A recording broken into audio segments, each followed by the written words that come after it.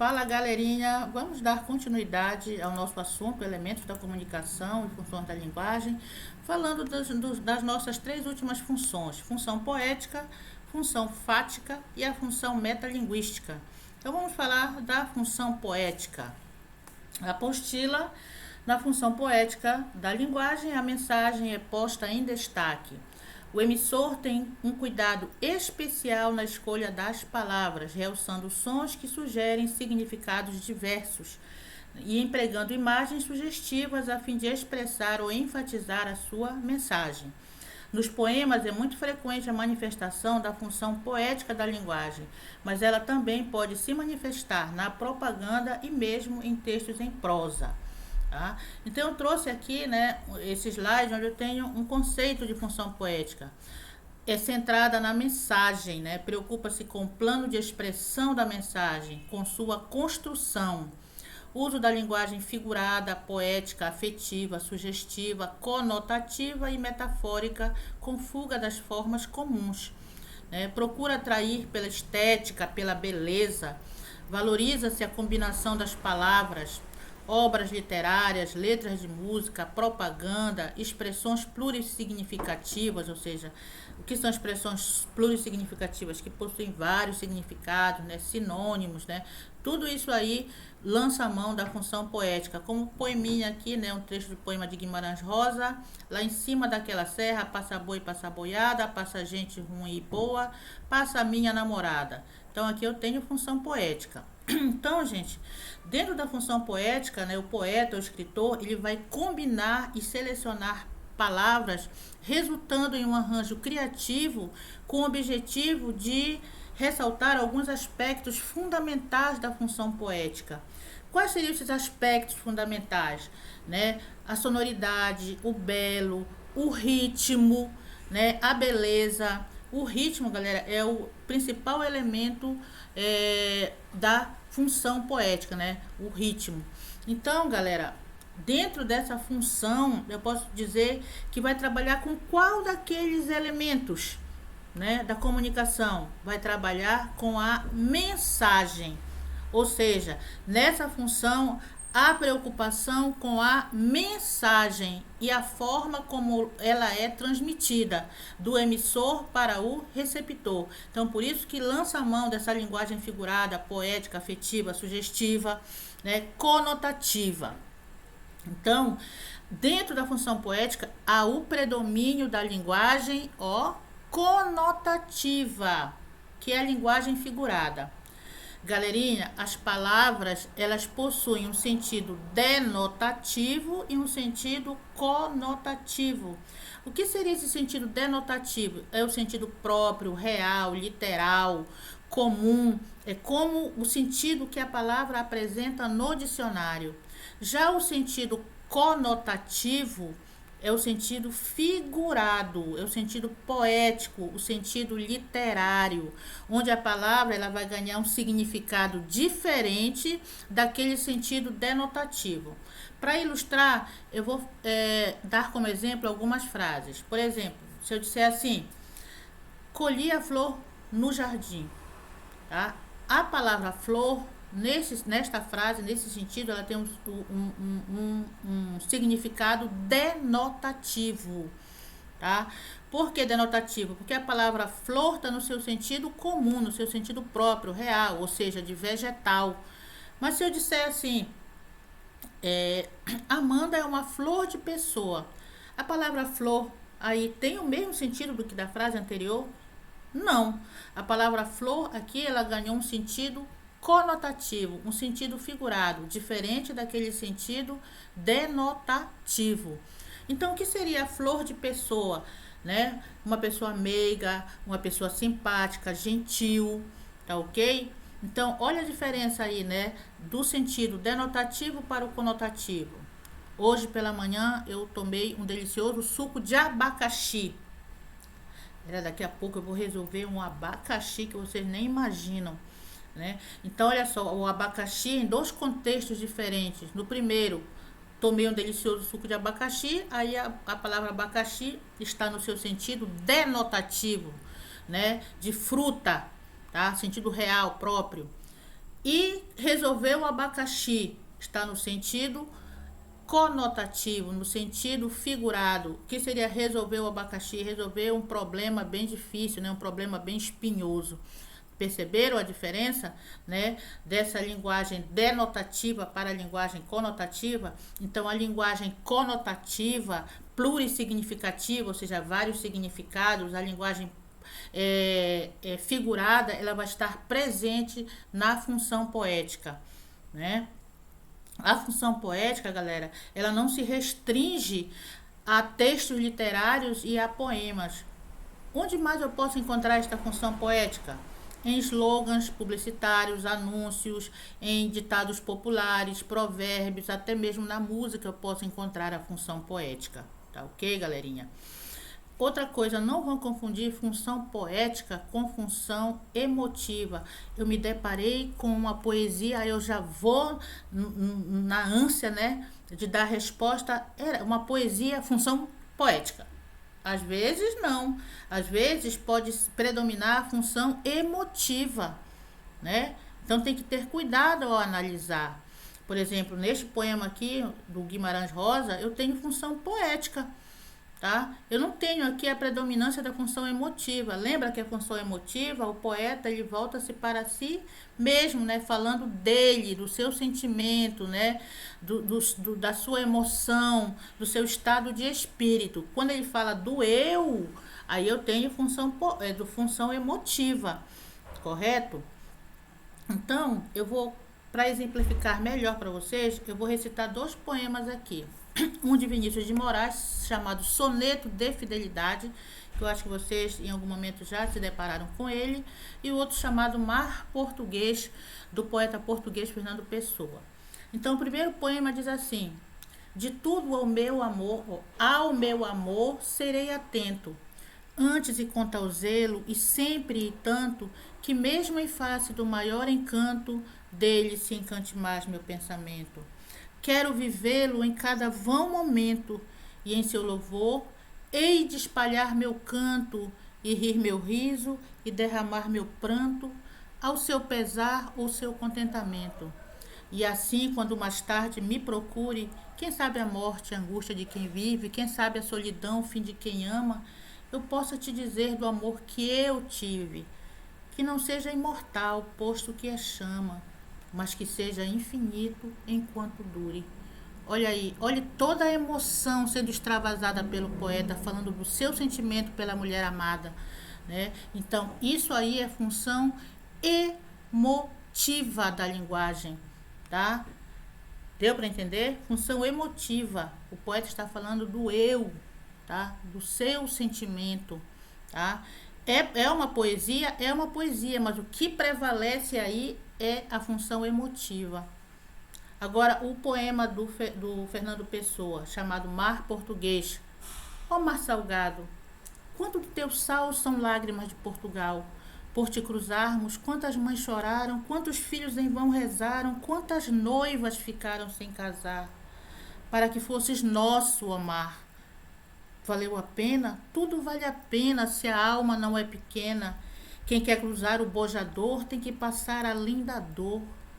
Deus ao mar o perigo e o abismo deu, mas é nele que espelhou o céu.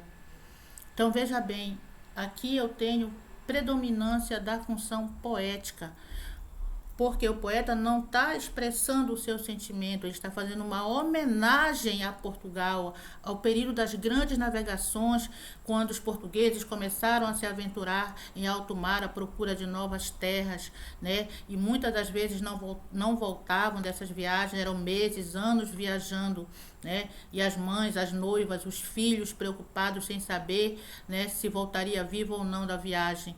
Tá? Então, essa homenagem, Mar Português, né? A aventura pelo oceano, pela busca da conquista. Tá? Então, o poeta não está falando do sentimento dele. Então, neste caso, eu tenho a predominância da função poética. Ok, galera? Então, vamos em frente aqui, ó. Era um homem bem vestido, foi beber no botequim. Bebeu muito, bebeu tanto, que saiu de lá assim. Olha aqui, galera, né? Dá para você perceber o ritmo da poesia aqui, né? Tanto que ele usou aqui nesse último verso, né, como se fosse o andar trôpego, né, do bêbado, né? Já saiu tão bêbado do botequim que ele saiu tropeçando. Então ele mostrou isso aqui nessa disposição, como ele colocou aqui esse último verso, tá? E eu não tenho ele falando aqui do sentimento, então a predominância da função poética, correto? Vamos em frente aqui, ó. Outro poema, né? Na tarde fria de julho, voa o cheiro, o barulho do café descendo quente pelo bule reluzente. E me pergunto já em prosa, existe coisa mais gostosa? Olha só, né, gente? Olha a sonoridade do poema, né? O ritmo. Olha como ele dispôs aqui os versos, né? Esses versos aqui como se fossem, né, a fumaça do café quente. Olha só. E esses outros aqui, né, é como se fosse a xícara, tá? Então aqui eu tenho função poética. O poema foi estruturado desta maneira justamente para chamar a atenção, né, de quem está se deparando com a poesia, tá? Falei para vocês, né, que a função poética ela não está presente apenas, né, em textos poéticos, né, e em poemas, né. Pode estar presente também onde? Em anúncios publicitários, como esse aqui do Omo, olha. Chegou o milagre azul para lavar, lavar na espuma de Omo e ter a roupa mais limpa do mundo. Onde Omo cai, a sujeira sai. Tá? Olha a sonoridade aqui, o ritmo, né, da poesia. Tá? Essa propaganda é bem antiga, de 1957. Tá? Na música também, olha um trecho da música Você Linda, né, do Caetano Veloso. Fonte de mel nos olhos de gueixa, kabuki mascará. Choque entre azul e o cacho de acácias. Luz das acácias, você é a mãe do sol. A sua coisa é toda tão certa, beleza esperta. Você me deixa a rua deserta quando atravessa e não olha para trás. Então aqui eu tenho função poética prevalecendo. Lembrando, galera, eu falei na aula anterior que um texto ele pode apresentar mais de uma função. Aqui eu tenho função referencial.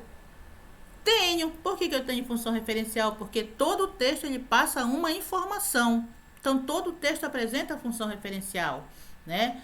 Aqui eu tenho função emotiva? Não, porque o poeta não está falando da sua emoção, do seu sentimento. Mas eu tenho função poética. Vamos em frente, né? Nos slogans, eu acho que vocês já viram esses slogans aqui, ó. Red Bull te dá asas, né? Então isso aqui é função poética dentro, né, do anúncio publicitário, né? Dentro do slogan do Red Bull aqui, ok? Tomou o Doril, a dor sumiu. Então presença da sonoridade, do ritmo dentro, né, desses slogans aqui que lançou mão da função poética. Aqui outro poema do Vinícius de Moraes, olha. De repente do riso fez-se o pranto, silencioso e branco como a bruma, e das bocas unidas fez-se a espuma, e das mãos espalmadas fez-se o espanto. De repente da calma fez-se o vento, que olhos desfez a última chama, e da paixão fez-se o pressentimento, e do momento imóvel fez-se o drama. De repente, não mais que de repente, fez-se de triste o que se fez amante, e de sozinho o que se fez contente. Fez-se do amigo próximo o distante, fez-se da vida uma aventura errante, de repente, não mais que de repente. Olha aqui, eu não tenho função emotiva aqui, né, galera? Eu tenho função poética, tá? É poesia. Tá? Eu não tenho o sentimento prevalecendo aqui, tá? A emoção, tá? Eu tenho aqui a função poética. E também a função referencial, né? Todo texto passa uma informação, mas o que prevalece aqui é a função poética. Vamos ver a outra função fática, né? A função fática, galera, vai trabalhar com qual daqueles elementos? Ela vai trabalhar com canal de comunicação. né? O canal, que é aquele veículo condutor, como nós já vimos na aula anterior, né? O veículo condutor, o meio que vai levar a informação do emissor até o receptor. Vamos lá na apostila, né? Eu coloquei assim: a função fática é predominante quando num texto se emprega a linguagem para iniciar, prolongar, verificar, testar ou interromper a própria comunicação. Esta função põe o canal de comunicação em destaque, verificando se o contato entre o emissor e o receptor continua sendo mantido. Na função fática, muitas vezes ocorrem frases vazias, sem significado, que servem apenas para manter a conversação. Então, aqui, olha, a função fática ocorre quando o emissor testa o canal de comunicação a fim de observar se o receptor o entendeu. São perguntas como: não é mesmo? Você está entendendo? Você está ligado? Você tá ligado? Ou frases como: alô? Oi? Olá? Alô, Houston? A missão foi cumprida, ok? Devo voltar à nave? Alguém me ouve? Alô? Então, olha aqui o emissor tentando manter, né, o contato com o receptor. Então, é centralizada no canal, tendo como objetivo prolongar ou não o contato com o receptor ou testar a eficiência do canal, né? Linguagem das falas telefônicas, das saudações e similares, tá, gente? Então, o objetivo da função fática, né, é verificar se o canal de comunicação ele está funcionando, né? E se o receptor, se o emissor está sendo compreendido pelo receptor. Lembra que eu tenho um emissor que vai mandar uma informação, que é a mensagem, para o receptor, né? Então, o emissor quer saber se ele está sendo compreendido, se a mensagem que ele mandou para o receptor, né, chegou até ele. Tá? Então, o objetivo dessa função é justamente prolongar ou não o contato com este receptor. Tanto que na função fática, a linguagem é utilizada, como eu falei há pouco, né, para iniciar, prolongar, verificar, testar ou até mesmo interromper a própria comunicação. Tá? A todo momento, o emissor está tentando ali, né, manter o contato com o receptor, prolongando essa conversa ou não, às vezes até interrompendo. Tá? Onde é que eu posso encontrar esta função fática, galera? Eu posso encontrar essa função fática principalmente nos diálogos, né? Nas conversas, nos cumprimentos, nas saudações, né? Bom dia, boa tarde, boa noite, olá, como vai? Né? Nas primeiras palavras do início de uma aula, né? O professor chega em sala de aula: bom dia, alunos! Vamos iniciar a aula, sentem-se, pegue a apostila. Então, esse contato que o emissor tenta manter com o receptor, isso é função fática, correto? Vamos em frente aqui, ó. Bom dia, tá? E é assim que deve ser feito. Entendeu tudo ou tem alguma questão? Como eu coloquei, né? Às vezes são são frases vazias que não têm significado. É o emissor tentando manter esse contato com o receptor. Às vezes ele tem um feedback, ele tem uma resposta, outras vezes não, tá? Mas o objetivo é esse, né? Verificar se esse canal de comunicação ele está funcionando. Depois de ir ao mercado, ei, está me ouvindo? Não esqueça de passar na lavanderia. Alô? Quem fala? Amanhã nos vemos. Até lá. Tá? Então, as conversas, os diálogos, né? Isso é função fática. Um bom exemplo do emprego da função fática, né, são as conversas no telefone, pontuadas por expressões do tipo: está me ouvindo? Ou sim, sei, em que se testa o canal, no caso a linha telefônica, né? Olha aqui o exemplo: alô, Marcão, é você? Oi, Júnior, sou eu sim, depois falo com você, tá? Então, contato aqui do emissor com o receptor, tá? Utilizando como canal aqui, né, a linha telefônica. Aqui é um trecho de um livro, né, da Clarice Lispector, chamada Hora da Estrela, né, que tem uma personagem chamada Macabea. Então, eu tirei esse trecho e coloquei aqui, olha. Um diálogo, né, entre a Macabea e o pretendente, tá? Ele se aproximou e, com a voz cantante de nordestino que a emocionou, perguntou-lhe: "E se me desculpe, senhorita, posso convidar a passear?" "Sim", respondeu meu Deus, atabalhoadamente, com a pressa, antes que ele mudasse de ideia. "E se me permite, qual é mesmo a sua graça, né? A sua graça, o seu nome, né?" "Macabeia." "Maca o quê?" "Beia", foi ela obrigada a completar. "Me desculpe, mas até parece doença de pele." Então, olha aqui, esse diálogo entre a Macabeia, né, e o suposto pretendente é um belo exemplo de função fática, né? Gente, atabalhoadamente quer dizer toda atrapalhada, né? Vamos ver a nossa última função, né? Função metalinguística. A função metalinguística vai trabalhar com qual daqueles elementos? O código, tá? Lembra do código, que é aquele conjunto de sinais que vai ser usado, né, entre o emissor e o receptor, né? Os meios que né, o conjunto de sinais que o emissor vai utilizar para manter contato com o receptor. Lembra que eu falei que o código tem que ser o mesmo entre quem manda e quem recebe a mensagem? O código é o elemento central da função metalinguística. Tratam-se de textos sobre a própria língua. Utiliza-se a linguagem para se analisar a própria linguagem. Um exemplo de textos que possui a função metalinguística como predominante é o dicionário. Em um dicionário utilizam-se palavras para explicar o sentido de outras palavras. Então, o que eu coloquei para vocês, né, sobre o que vem a ser função metalinguística? A linguagem apresenta a função metalinguística quando discorre sobre o próprio código. É, na verdade, a própria linguagem que está em jogo. O emissor utiliza-se dela, ou seja, a linguagem, né, para transmitir ao receptor suas reflexões sobre ela mesma. Assim, o próprio código linguístico é discutido e posto em destaque, né, gente? Então, a função metalinguística vai trabalhar com o código, como eu falei, né? É o uso da linguagem para falar da própria linguagem, né? São palavras que explicam palavras.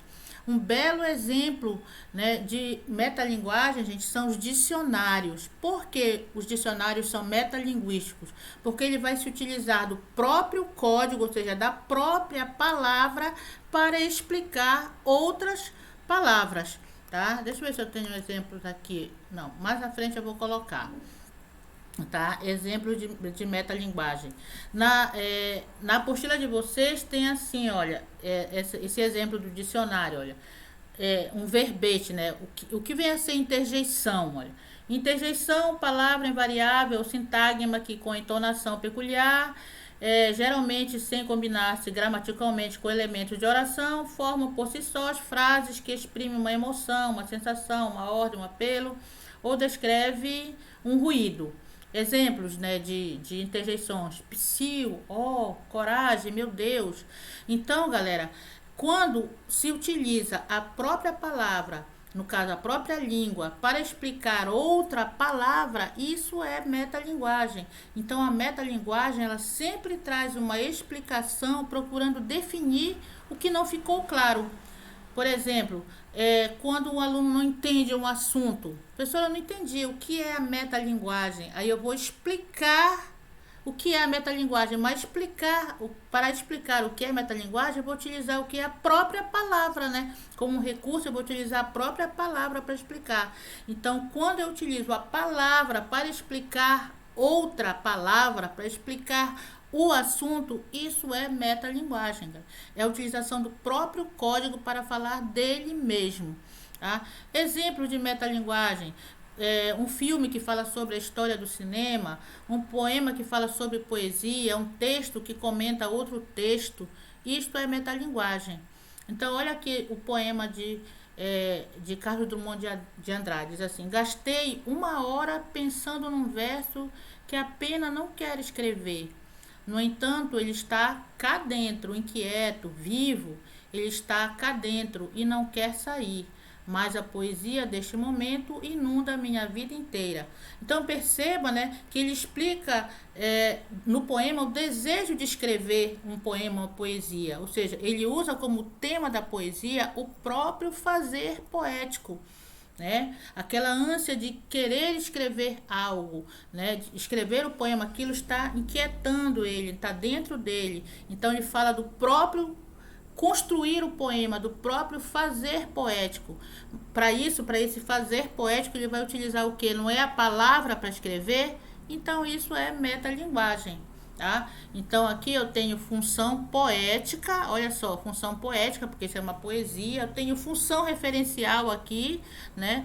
Porque eu já falei que todo texto informa, e tenho também a função metalinguística, correto? O que prevalece aqui é a metalinguagem, né? Que é esse usar a própria palavra para escrever o poema, né? O próprio fazer poético. Função metalinguística, a linguagem que fala sobre a própria linguagem, né? Sobre o próprio código. Objetivo de esclarecer ou ensinar, né? Lembra que eu falei, né, que a metalinguagem ela procura explicar algo que não ficou definido, né? Então, olha só aqui o verbete do dicionário, né? Lembra que eu falei que o dicionário é metalinguístico? A palavra estética, né? Eu não sei o que significa estética. Aí eu vou procurar, vou folhear lá no dicionário, vou procurar o que significa estética. Aí olha a definição que te dá, né? Substantivo feminino, parte da filosofia que trata das leis, dos princípios do belo. Então, essa definição para a estética se utilizou o que é a própria palavra, o próprio código para explicar o que vem a ser estética. Então, isso é metalinguagem, tá? Outro poema aqui do Cassiano Ricardo, olha. O que é poesia? O que é a poesia? Uma ilha cercada de palavras por todos os lados. Que é o poeta? Um homem que trabalha com o suor do seu rosto, um homem que tem fome como qualquer outro homem. Tá? Então ele dá uma definição de poesia, né? O que é poesia? Ele diz aqui o que é poesia. Quando ele está explicando, utilizando o próprio código, né? A própria palavra, isso é metalinguagem. Tá? A mesma definição aqui do que vem a ser poeta, né? Ele explica aqui o que é o poeta, né? Mais uma vez, né? A metalinguagem, ela traz uma explicação procurando definir algo que não está claro, tá? Olha aqui, gente, isso aqui é metalinguagem, né? Isso aqui é o poeta holandês, o pintor holandês Vincent van Gogh, né? Esse é um autorretrato, ou seja, um retrato que ele fez dele próprio, tá ok? Como você pode notar, trata-se de um autorretrato no qual o artista utilizou-se da pintura para falar do próprio ato de pintar. Olha só, né? Então, a metalinguagem, porque ele utilizou o código aqui, ou seja, qual foi o código aqui? A pintura, né? Para falar do que? Da profissão dele. Qual é a profissão dele? Pintor, tá? É a mesma coisa, né? Que como tá aqui na apostila de vocês, né? Do artista holandês Maurits Wetter, né, que ele apresenta uma reflexão sobre o próprio fazer artístico, né, uma mão que desenha uma outra mão. Então, o artista aqui exercendo a sua profissão, tá? O próprio desenhar aqui, né, ele próprio desenhando aqui. Então, isso é metalinguagem, tá? Por último, aqui no quadrinho, né, olha, tá? Esse aqui é o Filho do Agar, o horrível, né? Das histórias em quadrinhos. Aí acho que a namorada pergunta pra ele, o nome dele é Hamlet. Ela pergunta, Hamlet, o que é o amor? Mas ela espera uma outra definição, né? Que ele diga o que é o amor. Aí ele usa aqui, né, o dicionário para explicar o que é o amor. Aí ele vai dizer, amor é um substantivo simples, masculino, abstrato, né? Então, olha a definição que ele achou no dicionário sobre o que é o amor. Então, isso aqui é metalinguagem. A explicação, né? Ele explicou para ela, né? Utilizando o próprio código, a própria palavra, né? O que vem a ser o amor, tá? Ela ainda achou ele romântico, tá, galera? Então, com isso, nós encerramos a nossa aula de hoje, né? O nosso assunto, tá? Nos vemos na próxima aula. Obrigada, galerinha.